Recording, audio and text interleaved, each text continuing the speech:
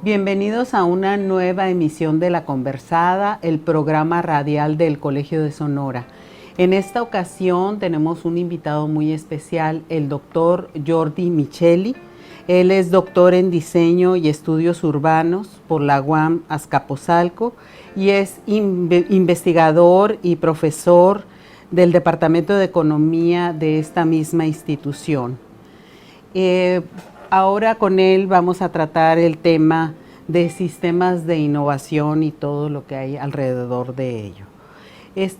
Doctor, pues bienvenido.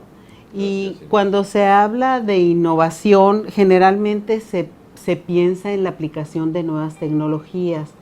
¿Es así?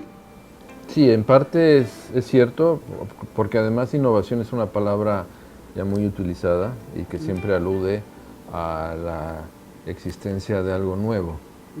Y esa existencia de algo nuevo precisamente es lo que cuando tú lo estudias con un poco más de detalle, te das cuenta de que tiene graduaciones, de que por otra parte nada es absolutamente nuevo. Hay un concepto básico que es que no hay nada nuevo bajo el sol y en realidad es así. Lo que hay son adaptaciones, transformaciones, sumas, adiciones, modificaciones de procesos, tecnologías, objetos, etcétera, preexistentes que, cuestión importante, tienen que llegar a ser de utilidad social y generalmente monetizable. Es decir, que la innovación, y ya estamos pasando al campo de meterle un poco más de precisión al tema, la innovación es un concepto económico. Es un concepto económico desde el punto de vista de proceso, desde el punto de vista de actores y desde el punto de vista de resultados. ¿Por qué? Porque la innovación va encaminada a generar normalmente un beneficio económico. Por lo tanto, hay que diferenciar muy claramente innovación de idea o de invento. ¿Sí? ¿Existe en estos momentos en México procesos de innovación y cuál es la relación con las empresas que se han establecido aquí? Bueno, sí existen procesos de innovación.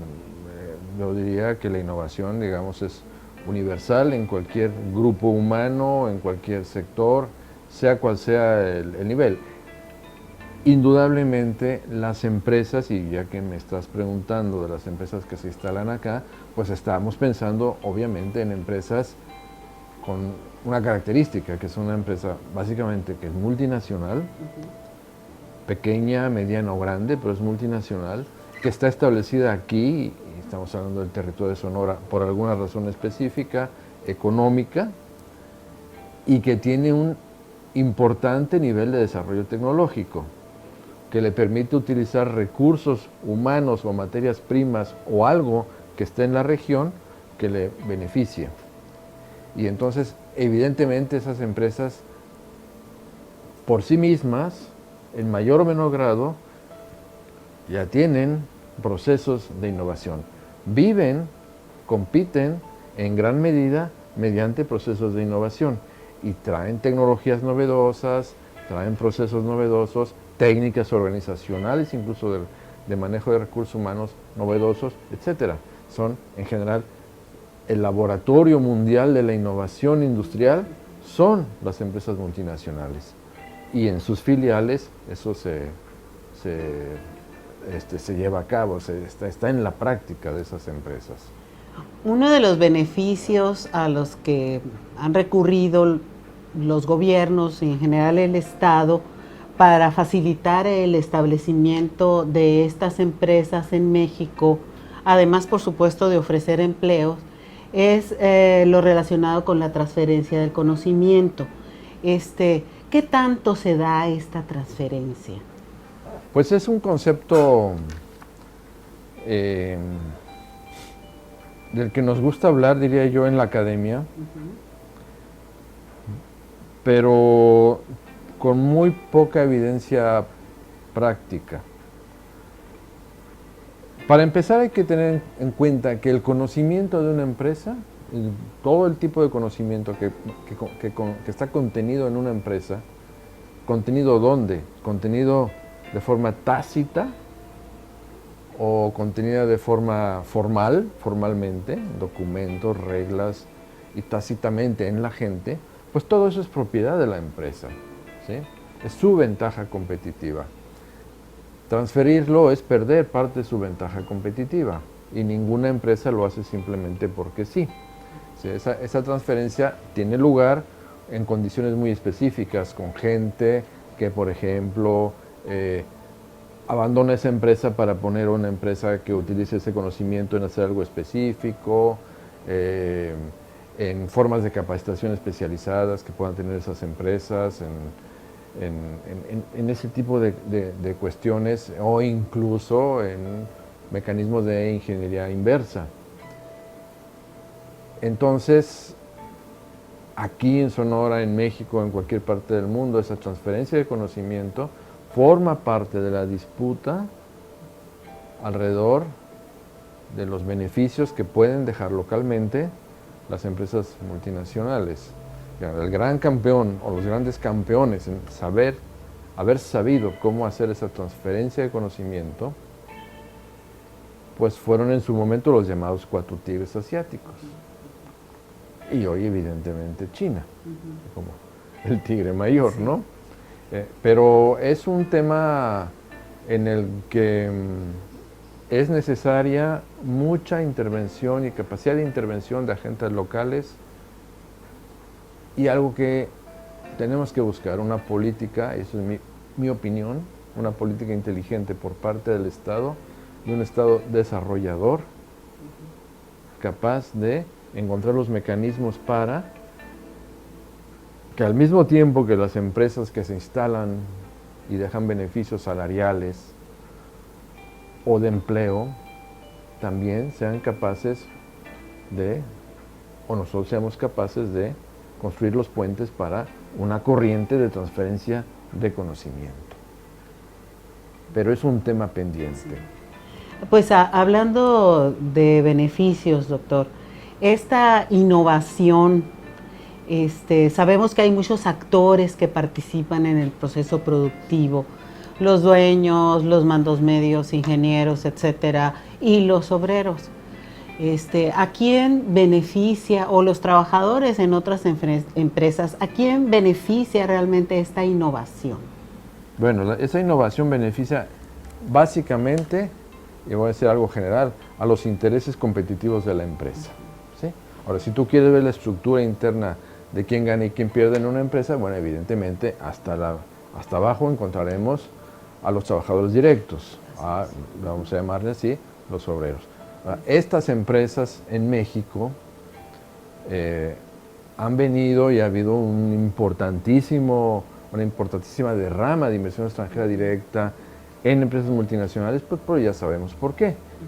Porque han aprovechado la circunstancia del Tratado de Libre Comercio de América del Norte, hoy con otro nombre y en transformación, basándose en algo que todos conocemos, que es el bajo costo de la fuerza de trabajo mexicana, que no es lo único, bajo costo, pero eso no es todo, bajo costo y alta eficiencia y capacidad de aprendizaje, ¿sí? Es alta calidad y bajo costo de la fuerza de trabajo.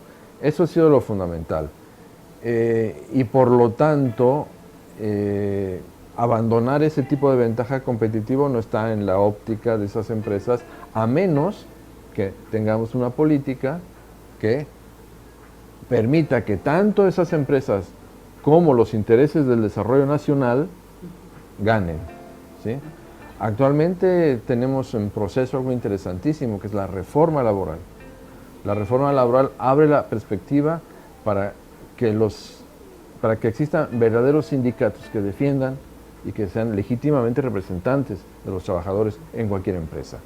Eso no ha ocurrido en la mayoría de las empresas multinacionales que se han venido a instalar, digamos, voy a decirlo así, en la parte centro y norte del país, ¿sí? Generalizando. No es así. Se creó una estructura de beneficio a las empresas, en donde existían ya precondiciones en la forma de contratación, simulando sindicatos. Eso va a cambiar. No sabemos cuánto tiempo lleve en cambiar, pero va a cambiar, a menos que los grupos obreros quieran seguir como están, pero no va a ocurrir.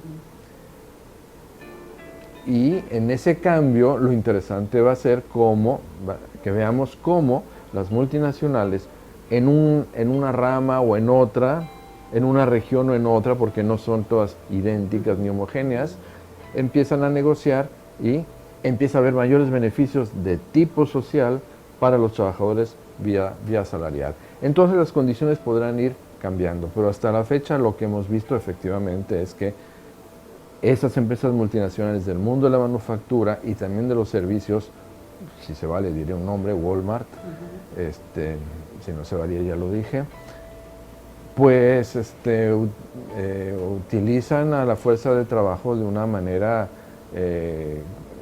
con instrumentos de precariedad y despotismo muy grandes, ¿sí? Y por lo tanto, estos trabajadores que tienen el beneficio del trabajo y el beneficio del empleo y de un salario, es lo único que tienen, ¿sí?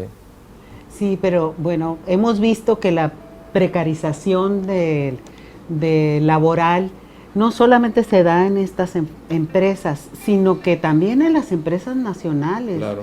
Sí, y mi pregunta es, bueno, ¿qué fue antes? O sea, primero fue la precarización del empleo con estas empresas y después las locales los imitaron o fue al revés, ¿no? No sé.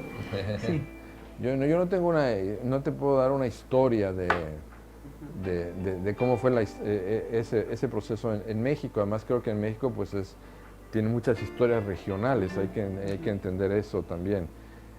Pero bueno, históricamente la industrialización se empezó a dar en la zona centro, centro-norte, centro-noreste de México, con empresas mexicanas. Las más grandes normalmente ofrecen mejores condiciones, ¿no? Sin embargo, hubo, y eso sí es comprobable, es histórico, y vamos a remontarnos a los presidentes. Miguel de la Madrid impulsó pactos de contención salarial que aceptó el sindicalismo priista. Al hacer eso, el sindicalismo priista, no había de otro, pero hay que decir que era el sindicalismo priista, es un sindicalismo de Estado, en esos términos. Al hacer eso, ancló el salario de todos los mexicanos, porque todo estaba ligado a un proceso de negociación donde la punta ganaba cosas y el resto seguía, se movilizaba.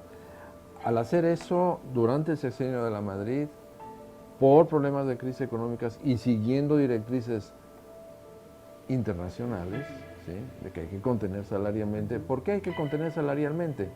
Para que crezca la economía y después distribuimos. Es la historia en la que nos quedamos anclados hasta hoy, que están cambiando las cosas o pretenden cambiar.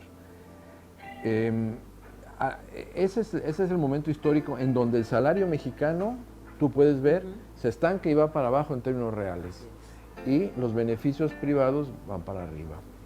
Eso es histórico, es real. Y en ese momento se están las bases para que el sexenio siguiente se diga: Tratado de Libre Comercio, aprovechemos para las multinacionales este tipo de condición importantísima en su estructura de costos. Y que además somos vecinos de Estados Unidos y las distancias pues son nada. Sí, para finalizar, ¿cómo ve el futuro de la innovación aquí con la 4T?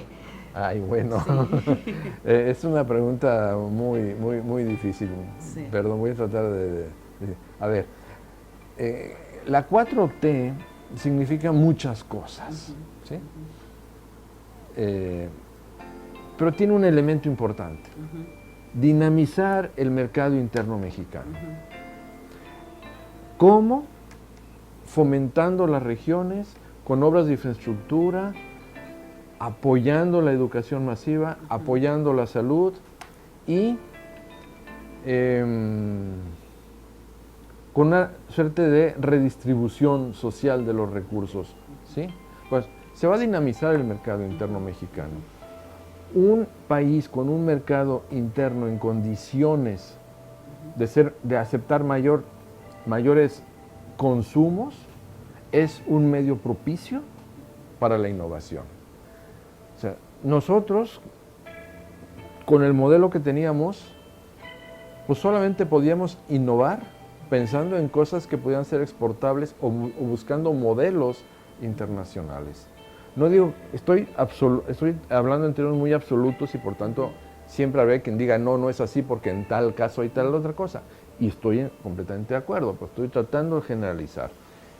Un mercado interno fuerte es un buen caldo de cultivo para la innovación.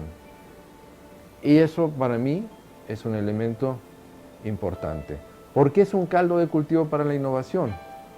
Porque entonces hay más gente con mayor capacidad tratando de generar procesos de innovación que no vienen solamente ni de los centros de investigación, ni de las universidades, ni de las empresas, sino puede ser un proceso social más amplio.